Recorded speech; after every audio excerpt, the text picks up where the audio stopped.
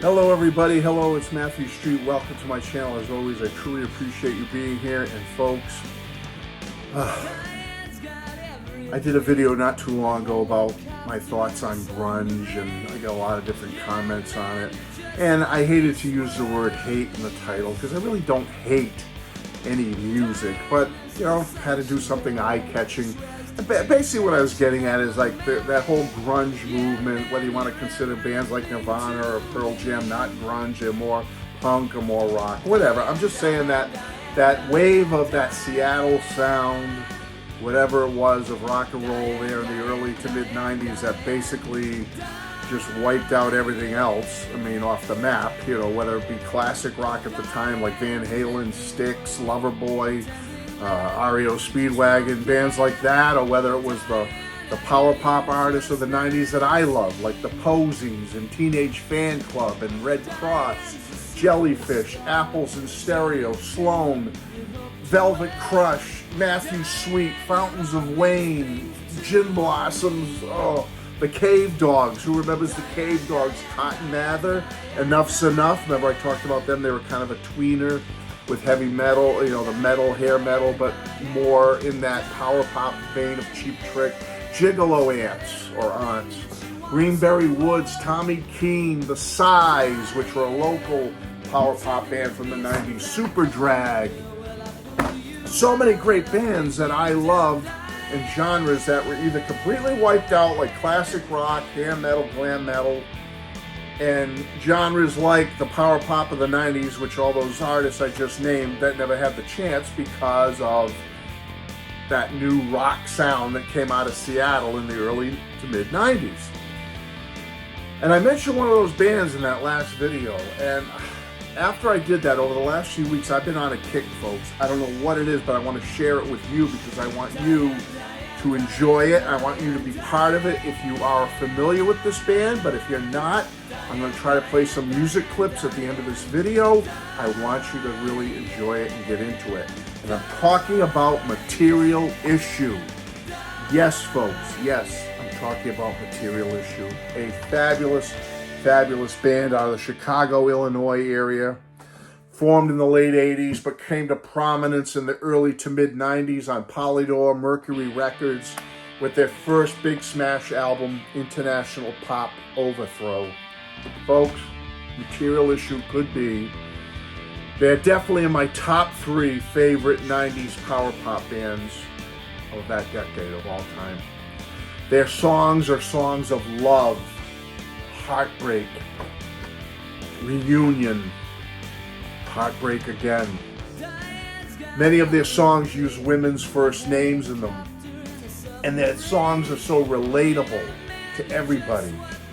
Like I said, formed in the late 80s, but been big in the early 90s. They released a 6-track EP on their own in the late 80s, I think it was. It was 6 tracks on their own label. That's what got the ball rolling, and then they started doing show after show after show. And they were so good. Their music was so good. Written by lead singer, guitarist Jim Ellison. And you had bass player Ted Ansani and drummer Mike Zelenko. And they're so talented, so good. Obviously Jim being the lead singer and the songwriter, but the other guys are fabulous too, folks. They just were a cohesive 3-man band, power trio unit, power pop unit. They were just, I get excited talking about them because they're so good, so talented. Ted and Mike are just amazing, amazing talents as well. And how these 3 wonderful people, rock and roll people, got together is a miracle. They did all this touring and shows, and they started recording more and more stuff. So by the time labels started sniffing around, Mercury Records was the one. Mercury Polydor, I guess it'd be Mercury is the main label. Signed them to an album deal. And folks, they started getting national exposure, tours, headliners selling out in 1,000, 2,000 seaters, but also playing bigger venues, opening for other acts out there, the big names at the time. Big heavy rotation for all their videos on MTV. And this album, International Pop Overthrow, the first one on Mercury Polydor, sold over 300,000 copies. And to this day, folks, is one of my favorite power pop albums of the 90s. Songs like Valerie Loves Me and Diane are on here. Big hits, big radio staples, MTV staples. Produced by the great Jeff Murphy from Shoes, if you know power pop, going back to the 70s. Jeff Murphy, member of Shoes, another one of my favorite bands, was their producer. Fabulous. So that comes out in 1991. Now in 1992, they want to release a second album. And that second album by Material Issue is Destination Universe. Again on Mercury Polydor. They stuck with Jeff Murphy from Shoes as their producer.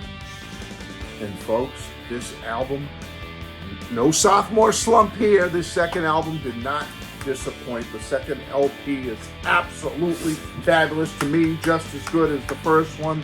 It's a little more polished, whereas this one's more like they recorded it, most of it on their own before they hooked up with Mercury Polydor. It's a little rougher, a little rawer, but no less melodic and great. This one is where they had more time to put into the production of it, so it's a little more polished, a little cleaner, but no less great, folks. Destination Universe, it's another one of my favorite albums of the 1990s. I absolutely love it. Just as great. Polished, but great, if that makes sense. What Girls Want, heavy MTV rotation. It was a success. What Girls Wanted, so popular, radio airplay. When I'm saying radio airplay, I'm not saying Casey Kasem, top 10, American top 40. I'm not saying that, but rock radio, FM rock radio, modern rock radio at the time. What Girls Want, the first single off this, was a smash, folks. Makes zero sense to me though, because this one sold a little less than this one. I don't know what it was.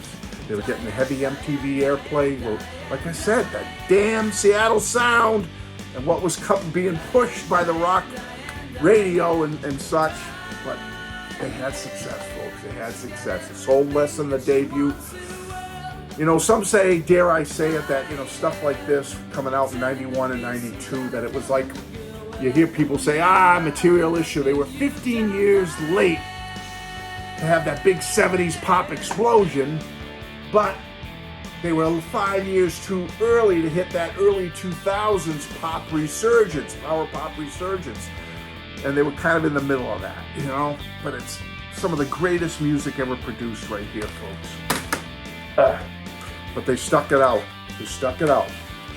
Third album comes up, and it's 1994's great album called Freak City Soundtrack. Absolutely fabulous, folks. This could be my favorite. I love them all. This could be my favorite.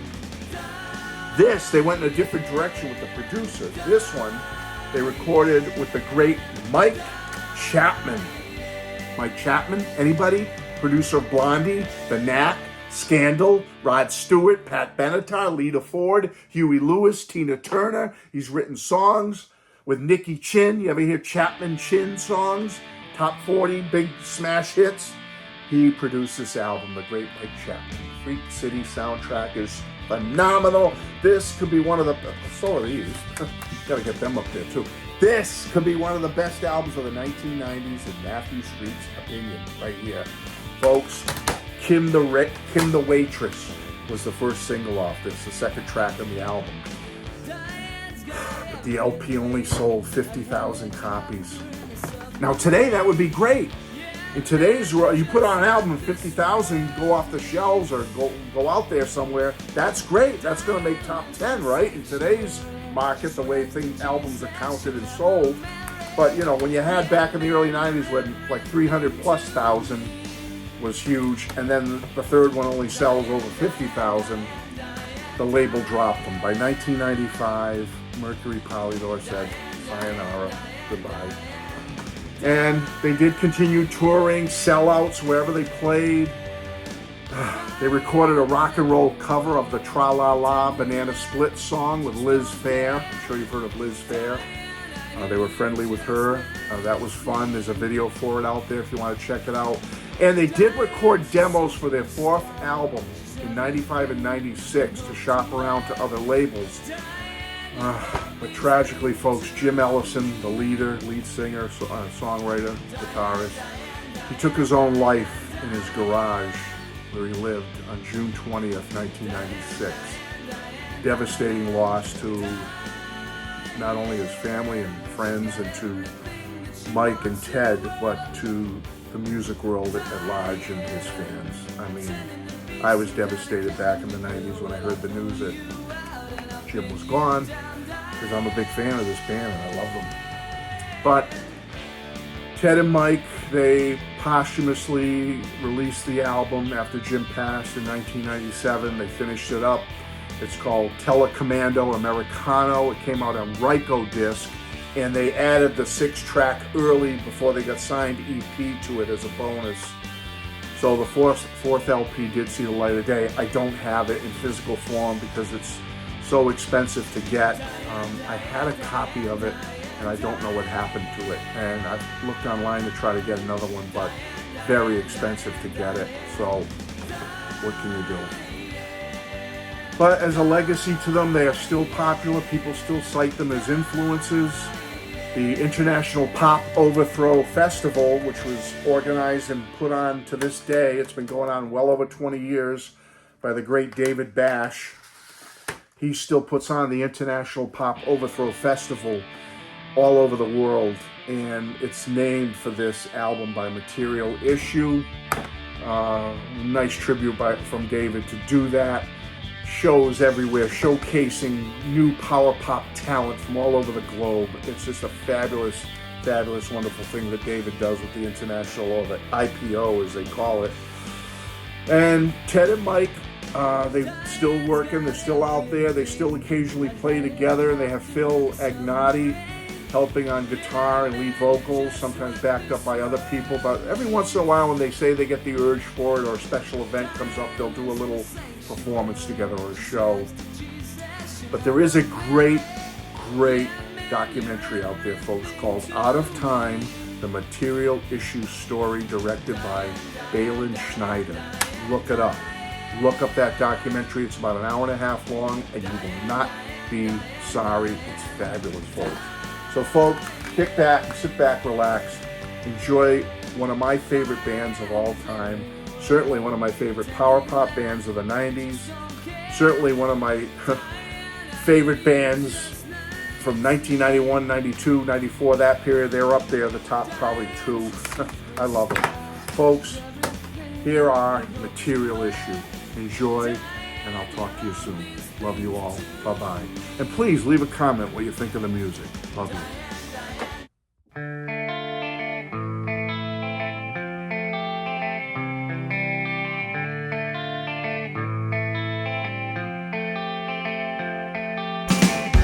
Valerie's dancing on the room above my bed, you know, for all the world below to see. Valerie's leaving on a car outside my house, you know. It's such a shame she's not with me, and all the pretty things, and all the love my heart could bring. I would give my whole life to her.